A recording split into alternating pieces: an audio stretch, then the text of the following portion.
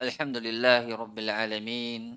Sallallahu ala nabiyyina Muhammadin wa ala alihi wa ashabihi ajma'in. Para hadirin yang dirahmati Allah, alhamdulillah kita kembali bertemu di majelis yang mulia ini, yang mana awalnya kita berencana untuk memulai pada pertemuan ini kitab Riyadhus Shalihin, tapi qadarullah panitia ingin kita masih kajian spesial ya. Jadi mereka memberi kita tema yaitu bahayanya iri dengki. Jadi awalnya kita ingin melanjutkan ya, tapi tidak masalah. Tidak ada masalah. Baik. Atau ada yang bawa buku Riyadhus Shalihin enggak? Tidak ada gitu? Tidak ada. Sesuai dengan pamflet insyaallah. Baik. Kita mulai. Bismillah, sallallahu ala nabi Mustafa wa ala alihi washabihi wa mawala ma ba'd. Ya, kalau berbicara penyakit ini, sifat iri, dengki, itu adalah sifat yang sejak lama ya ada. Bahkan sejak zamannya Nabi Adam alaihissalam. Penyakit iri dengki ini adalah penyakit rohani. Penyakit itu ada dua. Ada penyakit jasmani, ada penyakit rohani. Penyakit fisik dan penyakit jiwa. Jadi kalau fisik kita sakit, kita pergi ke dokter mengobatinya. Tapi kadang anehnya kalau rohani kita sakit, hati kita sakit, kita tidak mempedulikannya. Padahal justru penyakit rohani ini atau penyakit hati ini lebih berbahaya daripada penyakit jasmani. Apa alasannya? Kalau penyakit fisik, tidak ada orang yang ditanya nanti di neraka, kenapa kamu masuk neraka? Gara-gara penyakit fisik. Adakah orang yang masuk neraka gara-gara panuan? Tidak ada. Ada orang masuk neraka gara-gara urapan? Tidak ada. Apa atau penyakit kanker, jantung dan sebagainya? Tidak ada.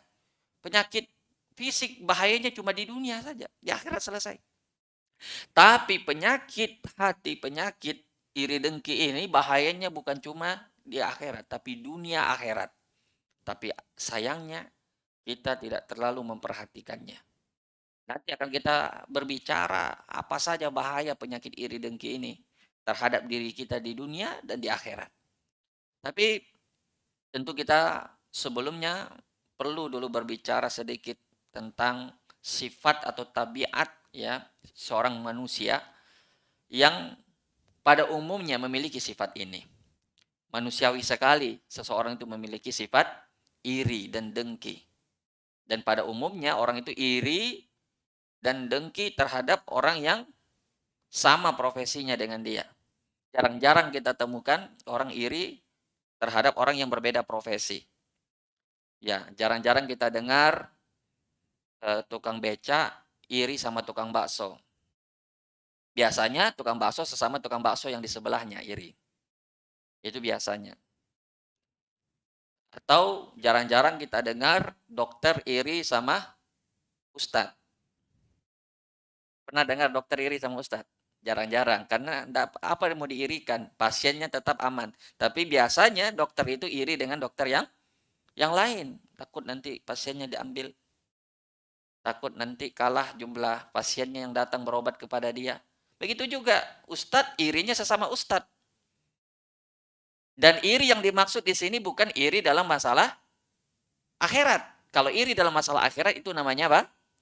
Ghibthah.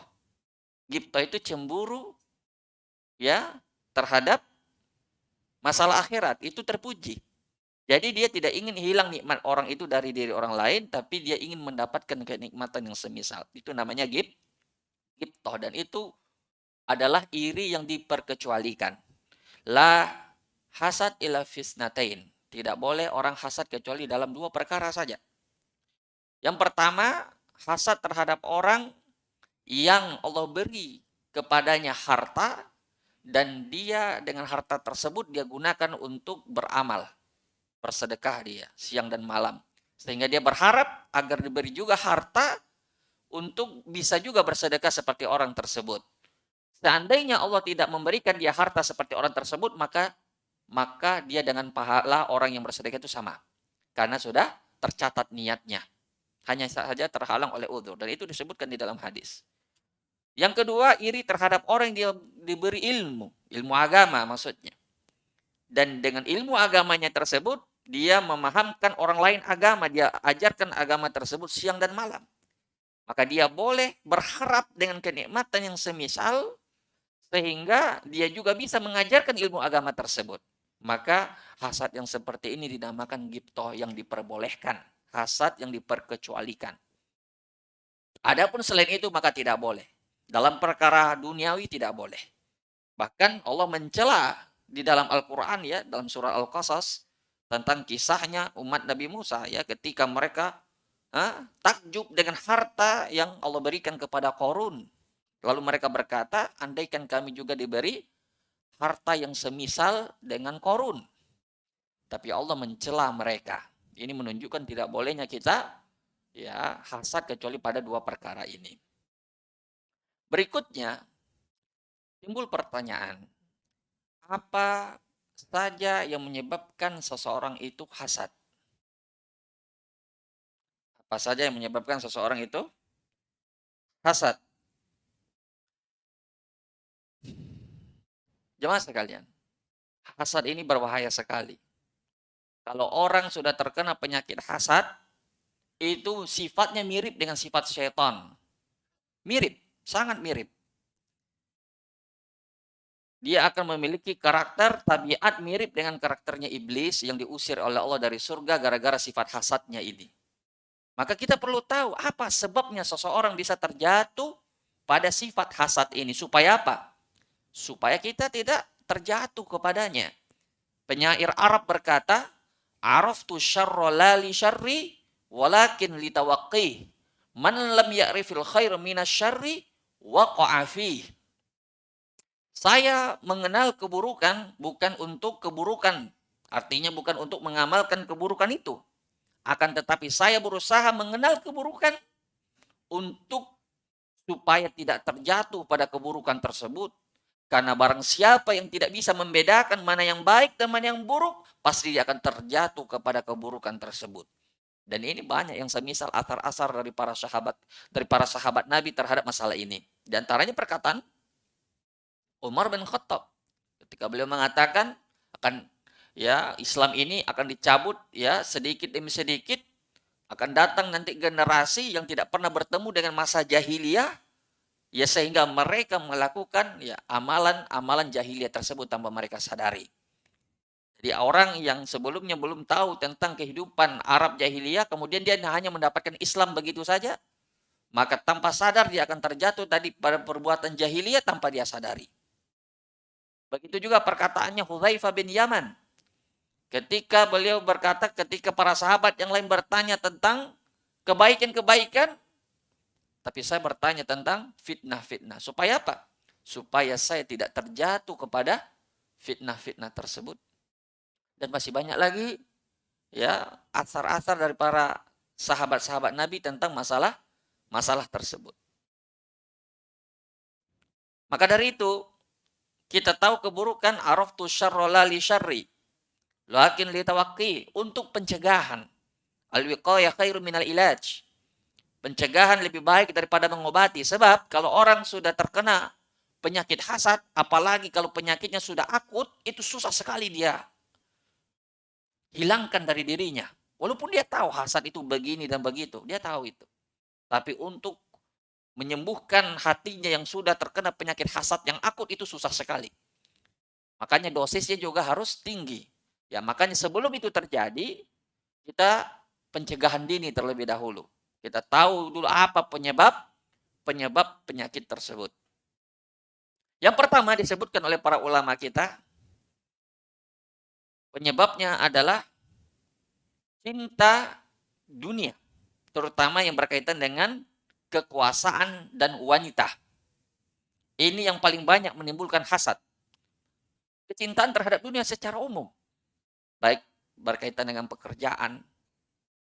Soal soal masalah pekerjaan orang bisa baku hasad seperti kita singgung tadi. Baik dengan kekuasaan, banyak orang yang mengkritik pemerintah bukan karena untuk memberi nasihat pada pemerintah, tapi untuk menggulingkan pemerintah supaya dia dapat itu jabatan.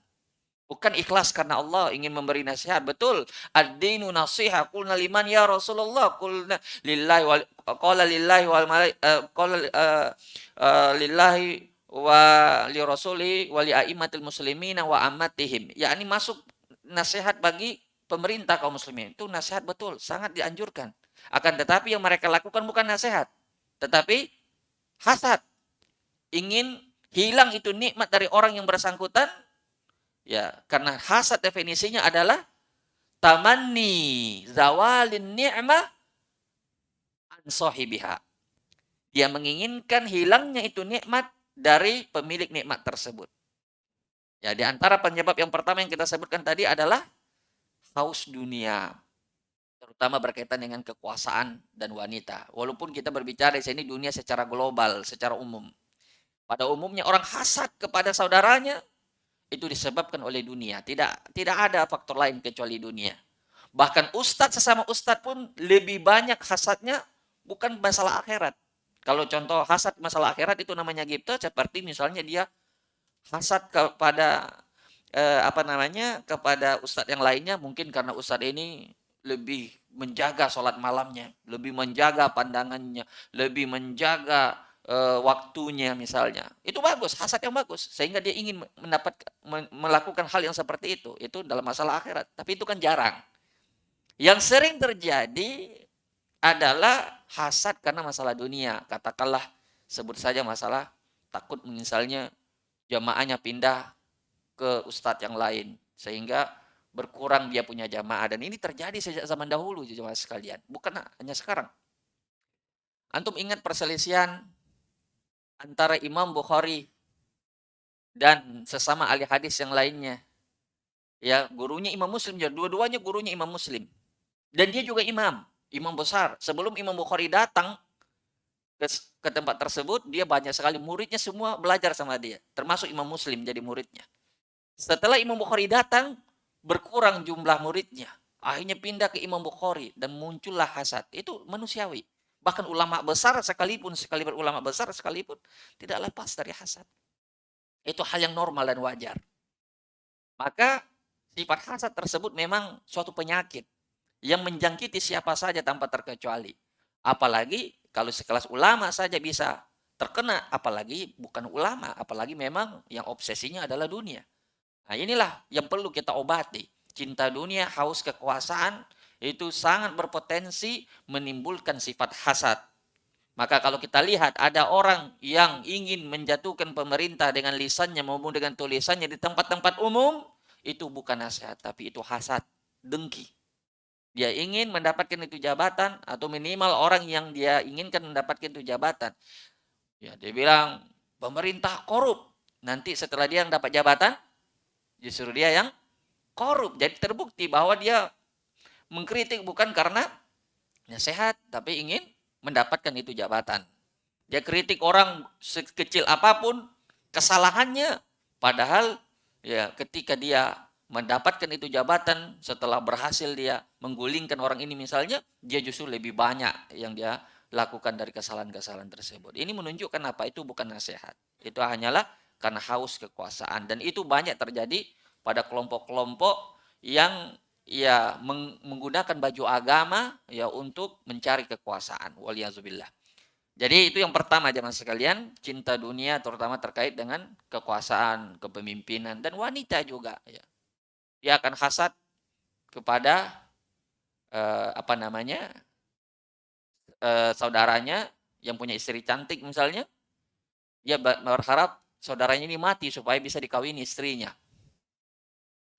Ya, dia lihat tetangganya misalnya punya istri lebih cantik daripada istrinya, atau dia belum punya istri. Sehingga dia berharap orang ini mati kecelakaan kah? Atau malah lebih parah daripada itu, pernahkah Anda mendengar ketika sudah terjangkit ini penyakit hasad kronis, menyebabkan dia terdorong untuk datang kepada dukun untuk memuluskan ini tujuannya disebabkan oleh hasad tersebut. Ya, karena dia tidak dapatkan ini tujuannya secara normal sehingga dia terjatuh kepada dosa kesyirikan waliyazubillah. Ini penyebab dari hasad tersebut. Ya, itu bahaya sekali hasad tersebut jemaah sekalian. Begitu juga persaingan ya antar bisnis. Ya, ini persoalan dunia di intinya. Dia lihat saudara di sebelahnya lebih laris dagangannya. Dia tidak mampu menyainginya secara profesional. Akhirnya apa yang dilakukan? Dia tempuh jalan pintas. Pergi ke dukun. Dia kirimi belatung di makanannya misalnya. Atau malah saya pernah dengar sendiri ada seorang bercerita, dia pernah dulu usaha travel, kemudian tiba-tiba bangkrut. Terus saya tanya, kenapa bisa? Dia bilang dia baku dekat tempat kantor travelnya. Terus dia bilang bahwa anehnya itu setiap itu klien saya yang orang-orang yang biasa berlangganan dengan saya mengambil tiket atau ikut perjalanan bersama saya itu tidak melihat kantor saya. Dia cerita di sini sendiri dan saya pun heran. Saya bilang di sini tempat saya tidak lihat apa-apa. Itu orang sudah main tingkat sihir ya, dikelabui pandangan matanya. Jadi intinya bahwa kadang kalau orang sudah terjangkit penyakit hasad akut itu sudah gelap mata. Bahkan kesyirikan apapun dia lakukan. Itu saking bahayanya hasad. Itu penyebabnya cinta dunia. Kemudian penyebab yang lain yaitu permusuhan dan kebencian. Wah, ini yang terjadi kepada iblis, yang terjadi juga kepada anaknya Nabi Adam, yang terjadi juga kepada Yahudi. Iblis ya karena dia benci kepada Nabi Adam, ya permusuhan karena iri dia sehingga disebabkan oleh permusuhan tadi karena dia merasa lebih baik. Begitu juga ini yang agak kurang mendekati, yang lebih mendekati itu ada apa yang terjadi pada Qabil dan Habil. Ketika mereka berkurban, idz qarraba qurbanan, dan Allah hanya menerima salah satunya saja, tuqbila min ahadihima walam yutaqabbal minal akhar qala la aqtulannak. Ketika Allah menerima salah satu dari kurban mereka dan Qabil berkata kepada saudaranya Habil, saya bilang la aqtulannak, saya akan benar-benar membunuhmu. Saking marahnya dia, tidak diterima kurbannya. Kenapa? Dia tidak diterima kurbannya sehingga dia bunuh saudaranya gara-gara ya permusuhan tersebut. Itu disebabkan oleh permusuhan. Ini yang menyebabkan dia iri. Begitu juga Yahudi. Yahudi bukannya dia tidak tahu apa yang dibawa Nabi Muhammad itu benar. Mereka tahu persis. Ya'rifunahu kama ya'rifuna abna'ahum. Mereka mengenal persis Nabi Muhammad sebagaimana mereka mengenal persis anak-anak mereka. Kenapa? Karena tanda-tanda Nabi Muhammad itu ada lengkap di dalam kitab mereka, dalam Injil maupun Taurat. Lengkap. Sampai-sampai Abdullah bin Salam masuk Islam gara-gara melihat tanda-tanda tersebut pada Nabi. Begitu juga pendeta Nasrani yang ketika Nabi sebelum diangkat menjadi Nabi, pergi berdagang bersama pamannya ke negeri Syam dan dilihat itu tanda-tanda kenabian ada pada beliau. Intinya bahwa tanda-tanda kenabian itu sudah mereka tahu. Tapi apa penghalang mereka tidak mau mengikuti Nabi Muhammad? Tidak lain dan tidak bukan penyebabnya adalah karena apa? Karena permusuhan. Dan permusuhan inilah yang menyebabkan mereka iri terhadap Nabi. Ya. Allah Subhanahu wa taala berfirman dalam Al-Qur'an misalnya, wa may innad dina indallahi Islam. Sesungguhnya agama yang diterima, yang diridhoi di sisi Allah hanyalah Islam. Innad dina indallahi Islam. Wa makhtalafal ladzina utul kitab mim ba'di ma ja'ahumul ilmi baghyam bainahum. Itu disebabkan itu penyakit permusuhan, itu disebabkan penyakit iri dengki kepada Nabi Muhammad SAW. Makanya itu suatu kejadian lucu ketika Abdullah bin Salam ketika dia masuk Islam, dia diajak oleh Nabi untuk mengajak kaumnya juga Yahudi untuk masuk Islam. Lalu kata Abdullah bin Salam, ya Rasulullah, mereka itu kaum buhtan, mereka itu betul-betul mereka penuh dengan permusuhan, tidak akan mau mereka.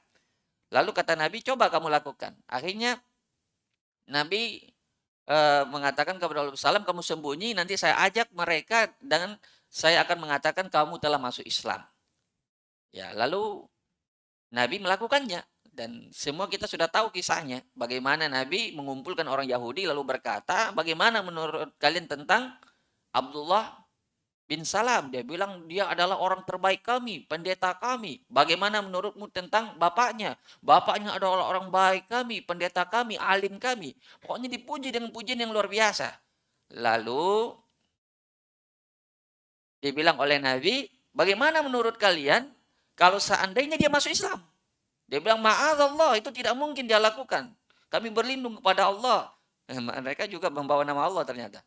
Dia bilang tidak mungkin itu dilakukan oleh Abdullah bin Salam. Lalu tiba-tiba sekonyong-konyongnya Abdullah bin Salam keluar dari tempat persembunyiannya. Asyhadu an la ilaha illallah wa asyhadu anna Muhammadar Rasulullah. Bersyahadat Abdullah bin Salam di hadapan orang-orang Yahudi tersebut. Apa yang terjadi? Yang terjadi adalah mereka mencela dan mencaci maki Abdullah bin Salam mati-matian. Dia adalah orang terjelek kami, keturunan orang yang paling jelek kami. Coba bayangkan itu orang Yahudi. Begitu sifatnya. Jadi bukan karena tersembunyi bagi mereka kebenaran, tapi karena permusuhan. Bahkan sebelum Nabi Muhammad diutus, itu mereka itu sudah mendapatkan tanda-tanda kenabian. Bahwasanya Nabi akhir zaman itu akan muncul di daerah yang banyak ditumbuhi pohon korma. Sehingga di setiap tempat yang ada pohon kormanya, mereka pergi hijrah ke sana. Dan menunggu, menyambut kedatangan Nabi akhir zaman tersebut. Karena mereka berharap Nabi akhir zaman tersebut berasal dari kalangan Bani Israel. Ternyata Allah berkehendak lain. Allah menginginkan Nabi akhir zaman itu dari kalangan Arab. Nah, akhirnya mereka pun ya marah besar, dan mereka ingin membunuh ya Nabi Muhammad gara-gara itu, karena bukan dari kalangan Bani Israel. Itu disebabkan oleh kedengkian mereka. Jadi orang yang iri sebenarnya banyak sekali yang dia tiru. Dia tiru iblis, dia tiru pembunuh pertama, dia tiru orang Yahudi. Kalau kita dibilang, "Hei, kamu Yahudi," pasti marah kita. Tapi sifat kita mirip dengan orang Yahudi. Nah, itu kenyataannya. Jadi orang kenyataan dengan teori kadang-kadang agak berbeda-beda ya. Secara teori dia tidak mau dibilang Yahudi, tapi secara kenyataan mirip sifatnya dengan orang Yahudi.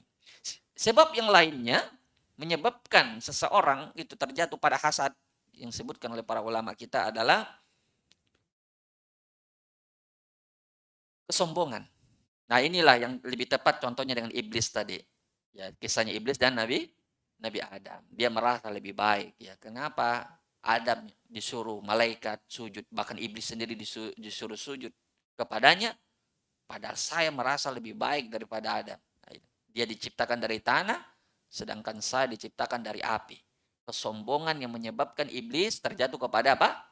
Kedengkian. Jadi orang yang merasa lebih daripada saudaranya, hati-hati. Penyakit berikutnya akan menimbulkan rasa iri. Kenapa dagangan laku? Nah, saya lebih jago. Saya ini lulusan bisnis. S3 bisnis. Kenapa dia yang lebih laku? Itu merasa lebih baik, itu yang menyebabkan dia dengki. Kenapa dia begini? Padahal saya merasa lebih berhak. Nah, ini perbuatan iblis ini, sampai kita sadari, ada pada diri kita semuanya. Kita merasa lebih berhak untuk mendapatkan itu nikmat daripada orang lain. Dan ingat jemaah sekalian, ketika kita melakukan ini, maka seolah-olah kita mengkritik pemberi nikmat itu sendiri, itu Allah Subhanahu wa taala. Seolah-olah kita mengatakan kepada Allah begini, "Ya Allah, kenapa kau beri dia nikmat sedangkan saya lebih berhak mendapatkan nikmat tersebut?" Seolah-olah Allah tidak tahu kepada siapa nikmatnya yang dia berikan. Siapa yang lebih berhak mendapatkannya. Kadang kita itu karena singkatnya pandangan kita atau pendeknya ilmu kita tuh menghukumi apa yang kita lihat saja. Apa yang di belakang itu kita tidak tahu.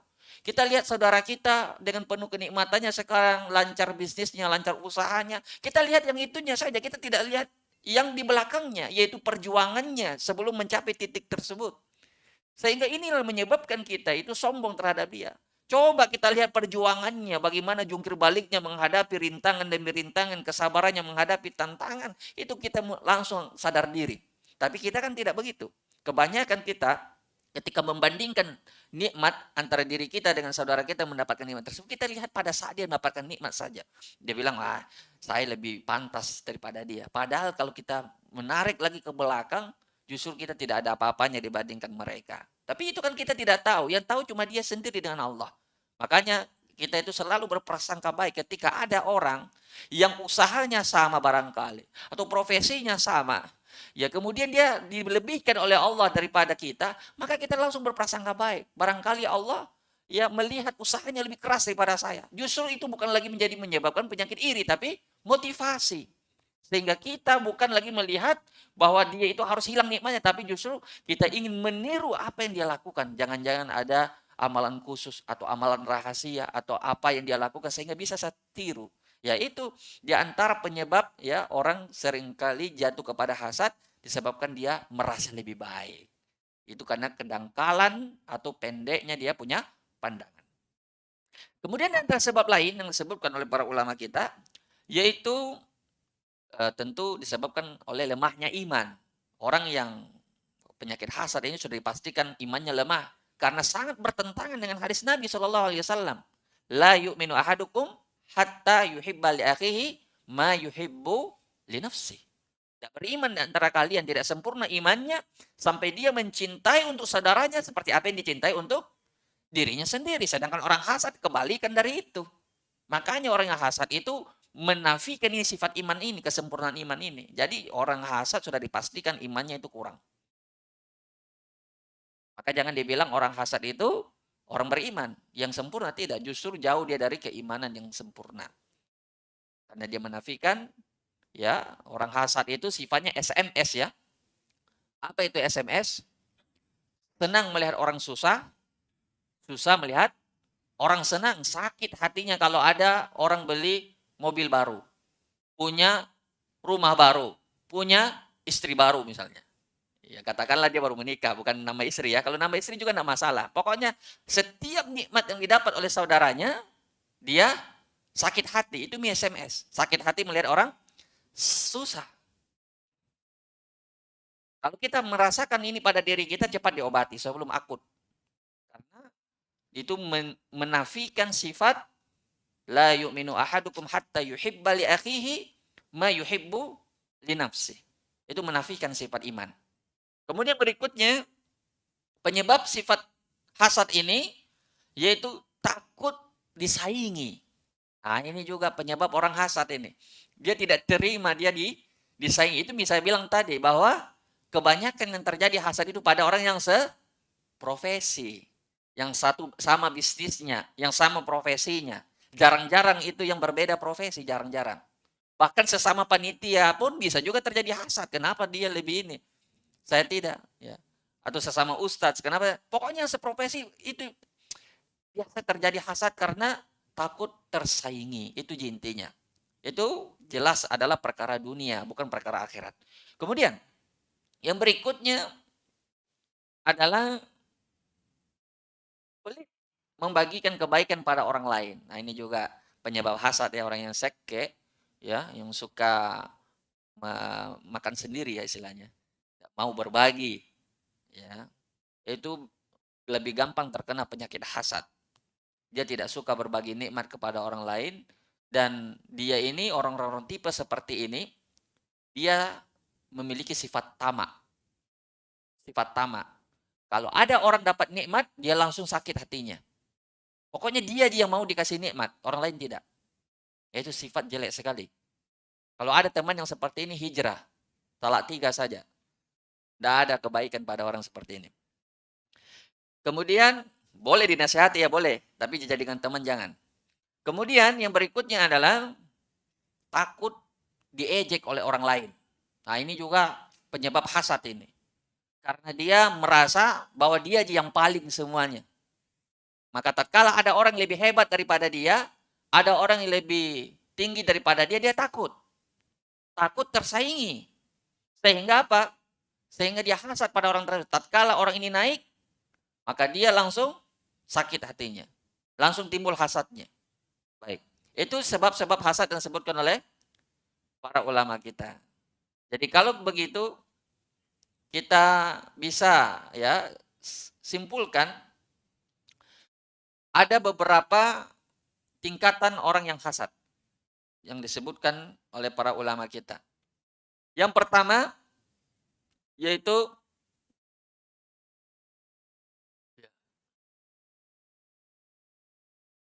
sudah kumpulkan tadi beberapa tingkatannya di kitab Jami' Ulum wal Hikam.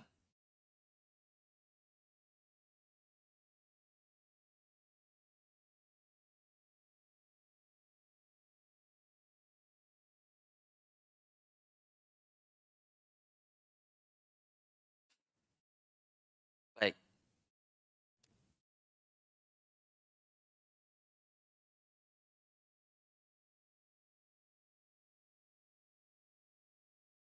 Atau kita bicara dulu tentang bahayanya itu hasad.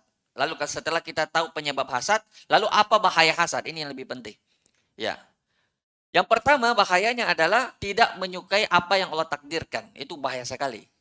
Ya, tidak ridho terhadap takdir Allah. Allah pernah berkata dalam hadis qudsi, siapa yang tidak ridho terhadap takdirku, maka carilah Tuhan selain aku. Allah tidak senang juga ya bagi orang yang tidak ridho terhadap takdirnya. Jadi dengan tidak sukanya dia terhadap nikmat seseorang itu hakikatnya dia tidak ridho terhadap takdir Allah. Karena Allah yang memberi rezeki, yang membagi-bagi rezeki, Allah lah yang membagi-bagi ilmu, Allah yang membagi semuanya, Allah yang mengatur semuanya. Seolah-olah dia merasa pengaturan Allah tersebut itu tidak adil, sehingga dia tidak senang dengan takdir tersebut. Yang kedua, hasad itu bisa melahap kebaikan. Nah, inilah bahayanya hasad di dunia dan di akhirat ya. Hasad itu bisa melahap kebaikan seperti api membakar kayu bakar. Kayu bakar itu kalau kita lihat dia dikumpulkan itu cepat sekali dibakar oleh api. Beda dengan kayu basah. Cepat sekali dilahap kemudian menjadi debu. Tidak ada gunanya. Sama dengan amal ibadah. Dia punya sholat, dia punya zakat, punya haji, amal-amal ibadah besar. Tapi penyakit hasad ini bisa membakar amal ibadahnya tersebut dengan cepat. Makanya jangan bermain-main dengan sifat hasad. Karena hasad tersebut sangat berbahaya sekali bagi amalan kita. Jadi orang-orang yang memiliki sifat hasad ini terancam amal ibadahnya itu hapus. Kemudian berikutnya adalah bahaya duniawinya, yaitu sengsaranya hati orang yang hasad. Dia tidak pernah tenang pikirannya, tidak pernah tenang hatinya. Selalu gelisah, selalu sakit hati ketika melihat orang mendapatkan nikmat. Ya, dan itu tergantung sesuai dengan kadar hasadnya. Kalau hasadnya sudah akut, dia akan makin sakit hatinya. Kalau hasadnya biasa-biasa saja, mungkin sakit-sakit biasa aja. Tapi intinya orang yang hasad ini tidak pernah tenang hatinya. Dia pikirkan orang yang dia hasati siang malam. Sedangkan orang yang dia pikirkan ini enak-enak tidur, enak-enak sama keluarganya di rumah. Dia pikirkan bagaimana caranya, begini dan begini. Intinya bahwa dia tidak akan pernah tenang. Dia infakkan waktunya untuk memikirkan orang yang tidak memikirkannya. Itu orang yang hasad, sangat kasihan hidup mereka. Tidak pernah tenang. Kemudian yang berikutnya, berapa menit lagi sih sholat Isya? Jam berapa kita sholat Isya sekarang? 7? Lewat 9, masih ada 10 menit. Baik. Berikutnya, hasad itu tasyabuh bil Yahud, ya, memiliki sifat yang sama dengan karakternya orang Yahudi, dan itu sudah kita jelaskan tadi. Man tasyabbaha biqaumin fahuwa minhum. Siapa yang menyerupai satu kaum maka dia mirip dengan kaum tersebut. Bisa jadi orang yang hasad dibangkitkan dengan orang Yahudi nanti dari kiamat. Karena sama dengan mereka. Kemudian berikutnya, sifat hasad itu apa namanya? Menyebabkan seseorang hilang kenikmatan di dalam hatinya. Artinya dia tidak menikmati kenikmatan yang Allah berikan kepadanya. Jadi orang yang hasad ini, dia itu walaupun diberi nikmat sebesar apapun oleh Allah, tidak akan dia nikmati itu nikmat. Paham enggak bahasanya? Jadi ada nikmat yang Allah berikan kepada orang hasad itu. Tapi dia selalu, nanti akan datang setelah penjelasannya bagaimana cara kita menghilangkan sifat hasad ini. Dia selalu membandingkan dengan orang yang di atasnya. Sehingga seolah-olah tidak ada artinya ini nikmat yang dia dapatkan. Itulah orang hasad. Tidak pernah dia nikmati itu nikmat. Berikutnya adalah hasad tersebut ya menunjukkan dia bukan orang yang beriman. Maksudnya iman yang sempurna. Seperti yang sudah kita jelaskan tadi. Kemudian hasad tersebut menyebabkan orang tersebut ya, terhalang juga dari nikmat Allah. Karena Allah murka terhadap dia. Orang yang hasad mestinya Allah kasih nikmat, tapi karena perbuatan hasadnya ini menjadi penghalang bagi dia mendapatkan nikmat Allah. Yang berikutnya, orang yang hasad, dia biasanya kufur nikmat. Dia selalu meremehkan nikmat yang Allah berikan. Orang yang hasad itu kufur nikmat. Dia berpandangan bahwa dirinya tidak diberi nikmat. Sebesar apapun yang Allah berikan itu tidak akan kelihatan olehnya. Karena kenapa? Selalu dibandingkan dengan yang di atasnya. Dan jelas bahaya berikutnya hasad adalah akhlak yang tercela. Ya, orang yang memiliki sifat hasad itu biasanya tidak disuka oleh orang. Bahkan ya, orang yang memiliki sifat hasad sendiri tidak suka terhadap orang yang hasad. Sama saja orang bodoh dibilangi bodoh pasti marah tuh. Kalau ada orang bodoh, dibilang tolo ini bilang sama gitu. Langsung marahnya luar biasa. Padahal memang aslinya bodoh. Itulah cukuplah kebodohan itu kejelekan ketika orang bodoh marah dikatakan bodoh. Itu seperti orang hasad.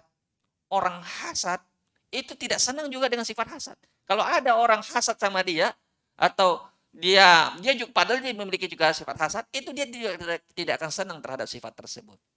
Intinya bahwa akhlak tercela tersebut secara tabiat tidak disukai oleh tabiat manusia. Kemudian juga orang yang memiliki sifat hasad di antara bahaya yang paling bahayanya adalah tatkala dia sudah sampai pada tahap menzolimi orang lain.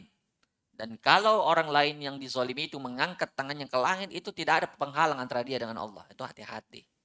Jadi orang yang hasad karena permusuhan, karena penyebab-penyebab yang kita sebutkan tadi, sehingga dia berbuat kezoliman, gelap mata dia.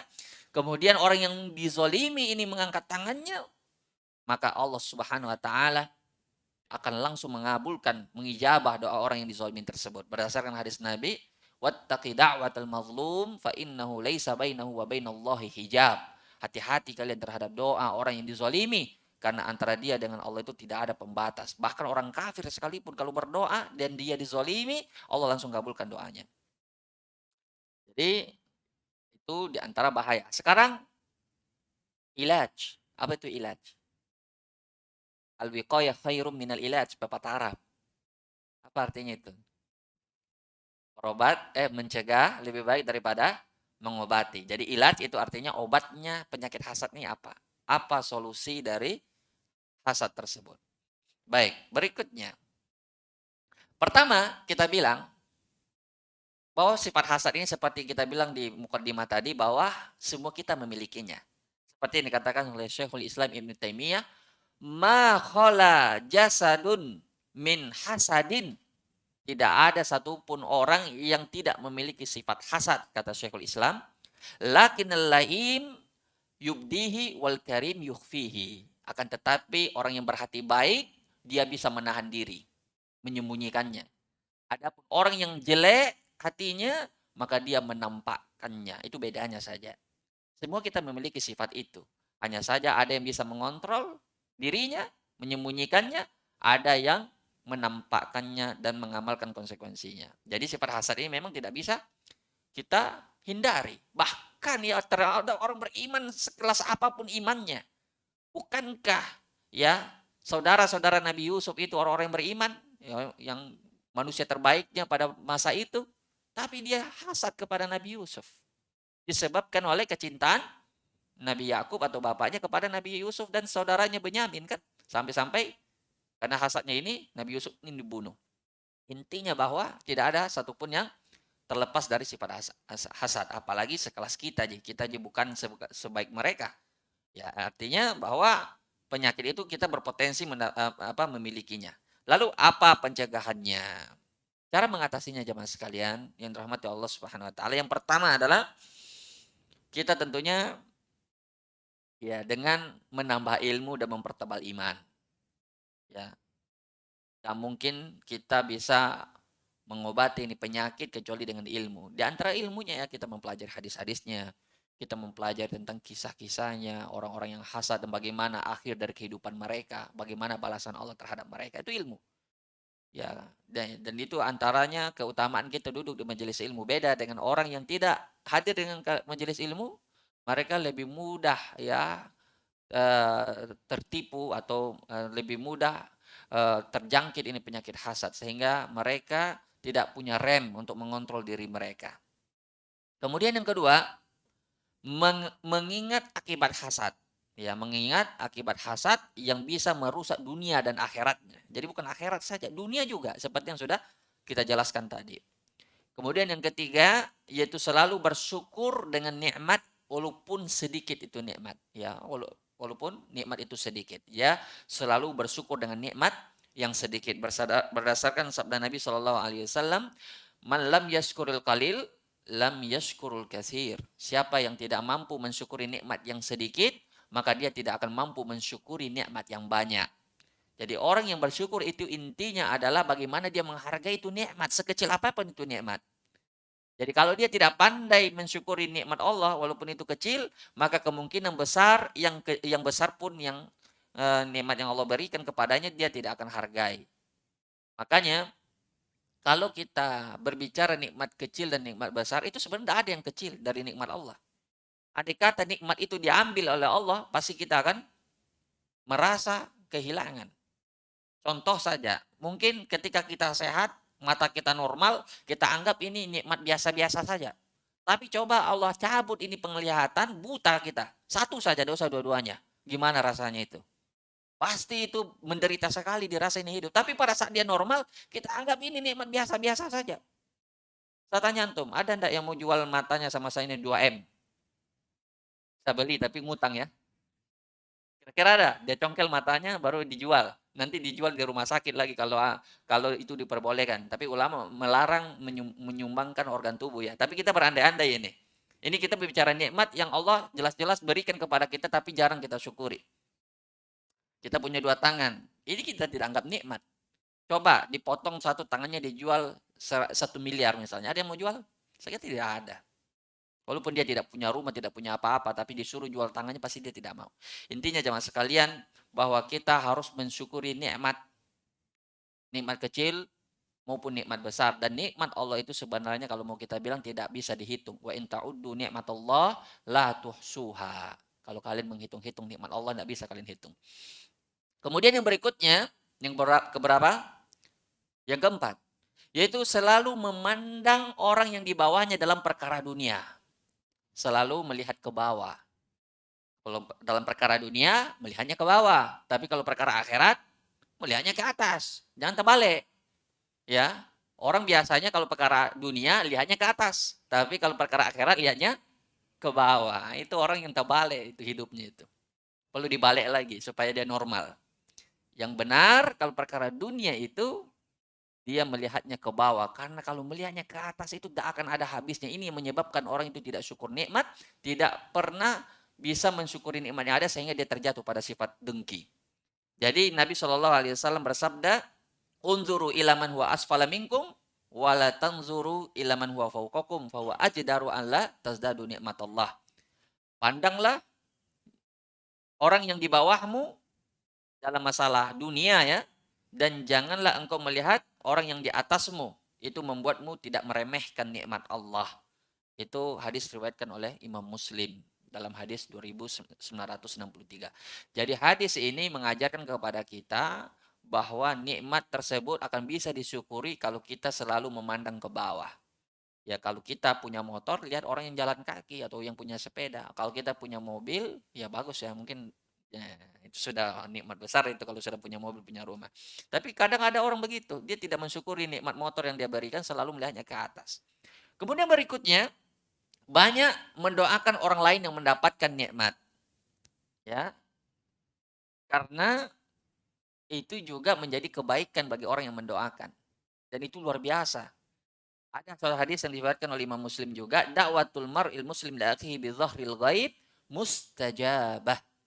Ya, doa seorang saudara kepada saudaranya di saat dia saudaranya tidak mengetahuinya, maka itu adalah doa yang mustajab. Kemudian Nabi melanjutkan inda ra'sihi malakun muwakkalun.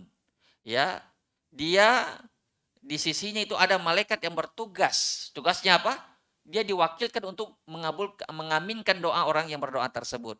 Kullama da'a li akhihi bi khair, setiap dia mendoakan bagi saudaranya itu kebaikan, qalal malakul muwakkal, malaikat yang diwakilkan tersebut berkata, amin. Walaka bimithli. Ya, kabulkanlah ya Allah dan mudah-mudahan kamu juga mendapat yang semisal. Jadi tatkala kita lihat saudara kita dapat kenikmatan, barakallahu fiik, kemudian doakan dia kebaikan-kebaikan, kata malaikat, amin. Ya Allah, mudah-mudahan dia juga dapat yang seperti itu. Nah, jadi itu yang bisa kita lakukan agar kita terhindar dari hasad, dari pandangan hasad, sehingga semua nikmat yang Allah berikan kepada orang lain itu tidak menjadi siksa bagi kita, dan termasuk juga nikmat yang Allah berikan kepada kita, kita bisa menikmatinya apapun itu nikmatnya. Wallahu taala a'lam. Sallallahu ala nabiyyina Muhammadin wa ala alihi wasallam wa akhiru da'wana alhamdulillahi rabbil alamin. Assalamualaikum.